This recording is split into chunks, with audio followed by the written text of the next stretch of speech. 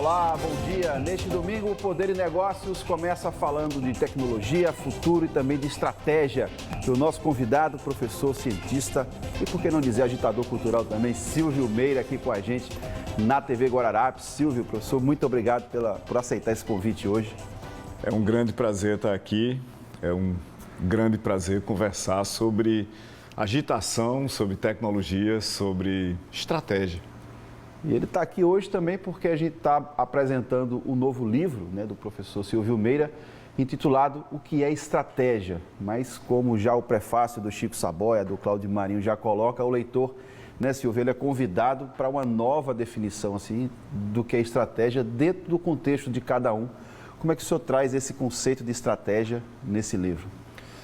Uma das minhas preocupações nos últimos 25 anos, pelo menos, talvez mais, 35 anos, tem sido exatamente tentar criar estratégias que são passíveis de serem executadas, mas que, ao mesmo tempo, por serem coisas de longo prazo, levam muito tempo para serem executadas. Isso começou lá atrás no Centro de Informática da UFPE, em 1985, depois com o César em 96, com o próprio Porto Digital a partir do ano 2000, já são 21 anos de, vamos dizer assim, de tentativas, erros e aprendizados no caso do Porto Digital. A gente nunca fala acertos, porque quem tem que avaliar os acertos são os agentes externos ao processo de execução da estratégia, não somos nós que estamos envolvidos fazendo.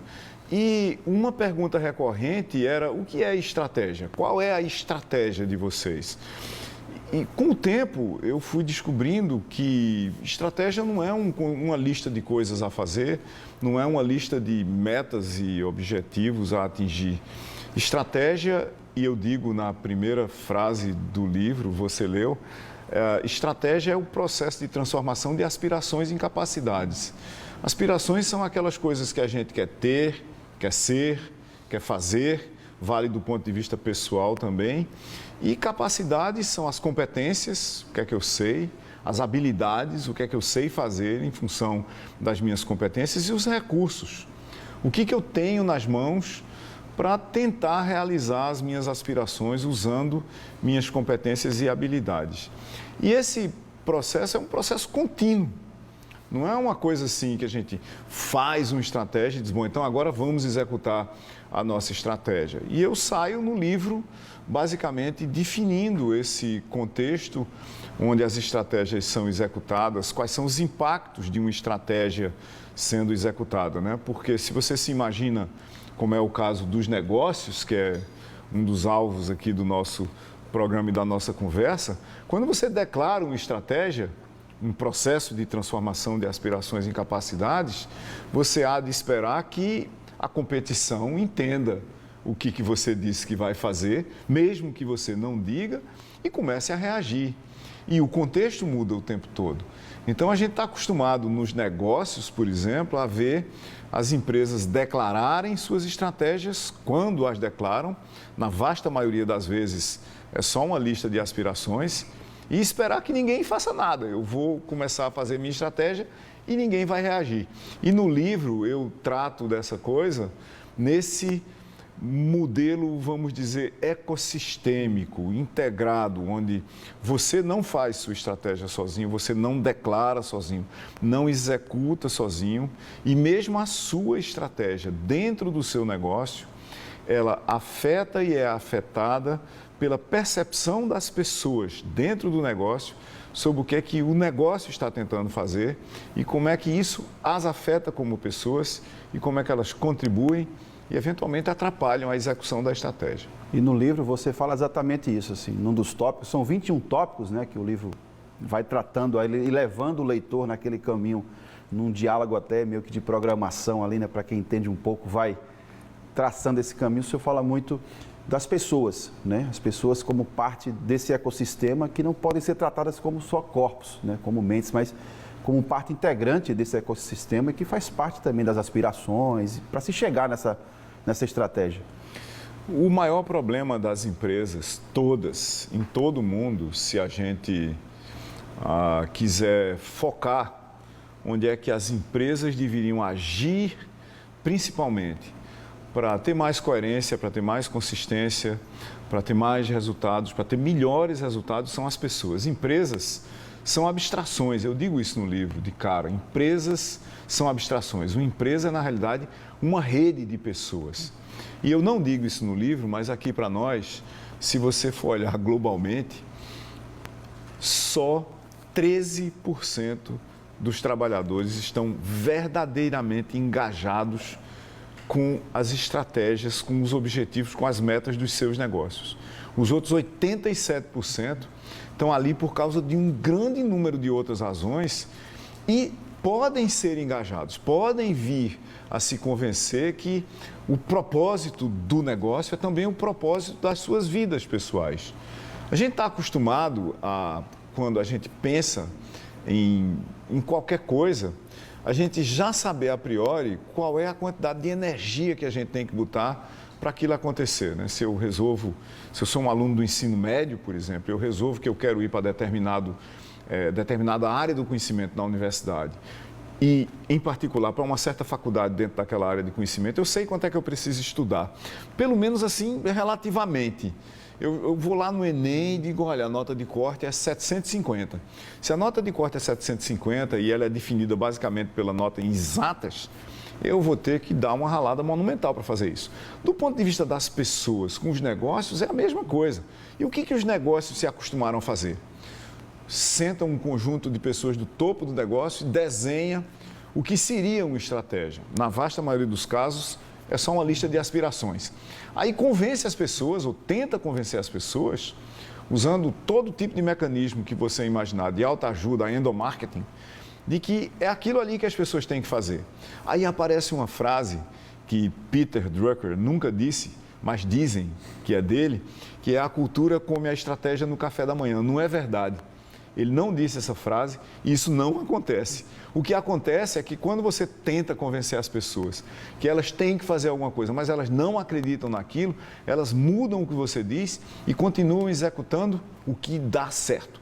Por isso que é tão difícil mudar as organizações sem trazer as pessoas às bordas da organização para fazer o desenho da estratégia. Por isso que o senhor fala também da liderança, né? O papel na liderança dentro desse ecossistema ali da estratégia. É essa liderança que vai puxar também essas pessoas? A liderança tem como principal papel nas organizações articular o propósito. Por que a gente está aqui? A gente veio para cá hoje para fazer o quê? A gente passa o ano aqui fazendo o quê? A vasta maioria das organizações pode até ter um propósito, mas ele está dentro do entendimento, do circuito, o círculo de entendimento de algumas poucas pessoas. A vasta maioria das pessoas não sabe o que está fazendo ali, não consegue entender a dificuldade de fazer aquilo, não consegue entender as razões pelas quais está sendo feito o que está sendo feito. A consequência disso é que eu acho que na economia contemporânea e na empresa da era do conhecimento, o principal papel dos líderes é articular o propósito do negócio e estabelecer coerentemente quais são as aspirações. Porque eu não posso declarar aspirações que são inatingíveis. Eu não posso declarar aspirações para um ano, por exemplo, que são para 5. Porque aí as pessoas se desencantam, elas se desestimulam. Na hora que elas percebem que é inatingível o conjunto de aspirações declaradas, especialmente se você não tem os mecanismos estratégicos para chegar nelas, elas olham assim e dizem, esse negócio aqui não vai dar certo. Eu vou só ficar aqui na minha borda esperando que ninguém me ache. Fico na minha bolha ali. Vou ficar na minha bolha. Tomara que ninguém me ache para eu ser responsabilizado ou demandado para fazer alguma coisa. E isso tem impactos e consequências. Veja, nós estamos num universo hoje de plataformas digitais, na realidade de plataformas figitais. O senhor fala muito nisso, no universo figital, né? Isso. Seria isso, para quem está em casa entender melhor. Para quem está em casa. A gente fala muito em digital, você bota no livro o figital. Figital. Nós não estamos fazendo uma transição do espaço físico dos negócios para o espaço digital. E nós não estamos fazendo essa transição porque o mundo não é digital, o mundo é figital. esse copo é físico, essa água é física e eu e você e todo mundo que nos está vendo agora é físico também. E eu não vou matar minha sede com uma água digital, que ela não existe. Então, o físico continua, mas ele passa a ser habilitado, passa a ser aumentado, passa a ser estendido por uma dimensão digital. E nós nos articulamos, e as empresas se articulam conosco, numa dimensão social do espaço. Então, são 3 dimensões: física, FI, digital, GIT, social, AL, figital. Nós estamos indo todos para o espaço figital, habilitados por plataformas digitais que encapsulam essas dimensões física e social. Então, ecossistemas figitais. Nesses ecossistemas, a dinâmica das estratégias é contínua. Eu tenho que fazer estratégia o tempo todo, por uma razão básica, porque a dinâmica da mudança nas dimensões digital e social do espaço é definida por código, é definida por pessoas nas empresas e fora delas escrevendo código. Eu vou para casa, escrevo uma nova função em alguma faceta do cenário digital e social desse espaço digital e publico isso. Isso estimula a mudança de comportamento das pessoas, vinda de outros mercados que não o meu. Então, boa parte do comportamento das pessoas começa a mudar em outros mercados que não o meu. E isso implica em redesenhar continuamente a estratégia do meu negócio, olhando para mercados, inclusive, que não são o mercado onde eu estou atuando agora. E o senhor fala muito também da interrelação do passado, presente e futuro dentro desse pensamento estratégico. Sim. Como é que funciona essa dimensão desses 3 momentos aí dentro dessa estratégia? Uma das coisas que Gilberto Freire já dizia, e há mais de 50 anos, é que o tempo é tríbio. O tempo todo a gente vive uma parte do passado no presente, uma parte do presente no presente também e uma parte do futuro no presente, porque a gente tem expectativas, a gente tem aspirações e a gente tem esperanças. Essa parte do futuro que a gente vive no presente só se transforma em presente mesmo se a gente for lá pegar o futuro e trazer para o presente. Estratégia é sobre isso, é sobre como a gente vai transformar as nossas aspirações sobre o futuro em competências, habilidades e recursos para transformar o futuro em presente, se livrando em parte e o tempo todo do passado. Se a gente não se livrasse do passado, a gente teria vindo para a TV hoje a cavalo. E ninguém veio. Eu não vi nenhum cavalo no estacionamento, nem uma carruagem, nem uma charrete, e não vi no caminho para cá. Então, a menos de partes do passado que continuam perdidas no presente, cavalos se transformaram em esporte, se transformaram em entretenimento, inclusive em tratamento de saúde. Mas a gente vai descartando os passados o tempo todo e vai trazendo futuros do futuro. Estratégia sobre isso. Não é como a gente carrega o que a gente ainda tem de passado através do presente para o futuro. É como é que a gente traz do futuro os presentes do futuro. Você fala também no livro, que eu achei muito interessante, você fala assim, esse livro não trata de pequenas estratégias, né? Estratégias, todo dia a gente tem uma estratégia, né? O que eu vou fazer essa semana, eu tenho um projeto para entregar, mas você fala de grandes estratégias. O que seriam essas grandes estratégias? As grandes estratégias são aquelas que têm um impacto muito maior do que a nossa vida pessoal sendo modificada. Elas influenciam a vida dos outros, elas influenciam o mercado, elas influenciam o cenário competitivo, os ecossistemas. Todas as estratégias de longo prazo, mesmo que sejam pessoais nossas, são grandes estratégias de uma forma ou de outra. Porque, veja, uma parte da estratégia é deliberada, a gente faz.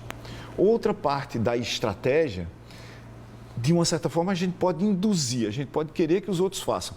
Mas uma grande parte das estratégias, nós somos capturados para elas, por estratégias dos outros.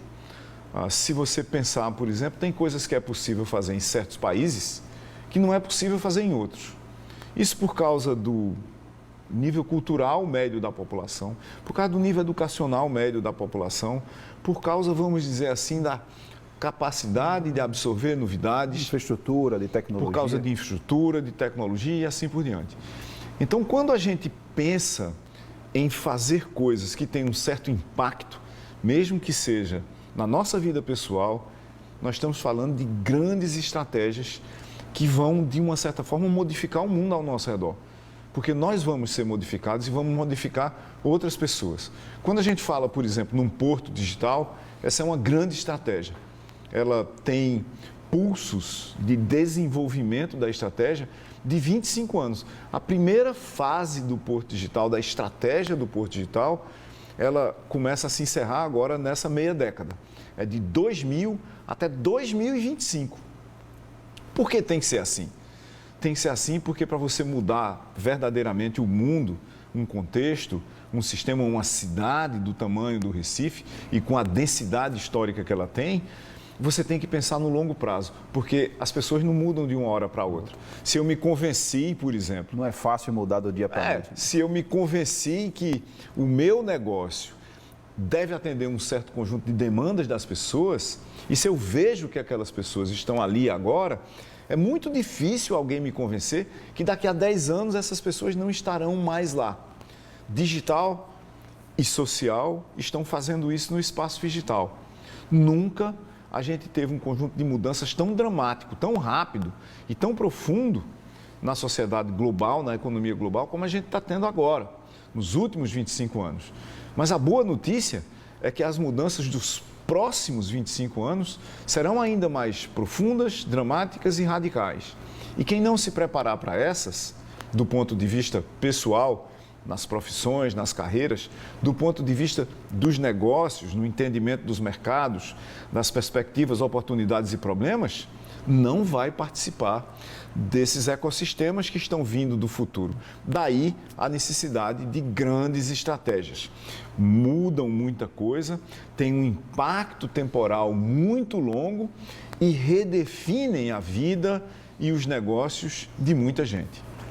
A gente vai para um breve intervalo e na volta a gente vai falar ainda de tecnologia, futuro e de estratégia. A gente volta já com o Poder e Negócios.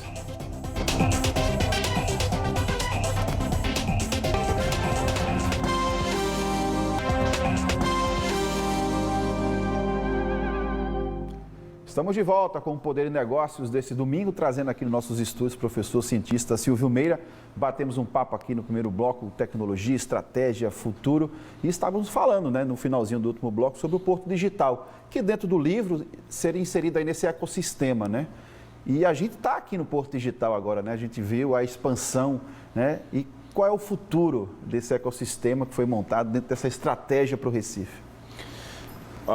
O Porto Digital é uma estratégia, como a gente já falou, de muito longo prazo. É um parque tecnológico da classe do Porto Digital, que hoje é o maior parque tecnológico urbano da América Latina.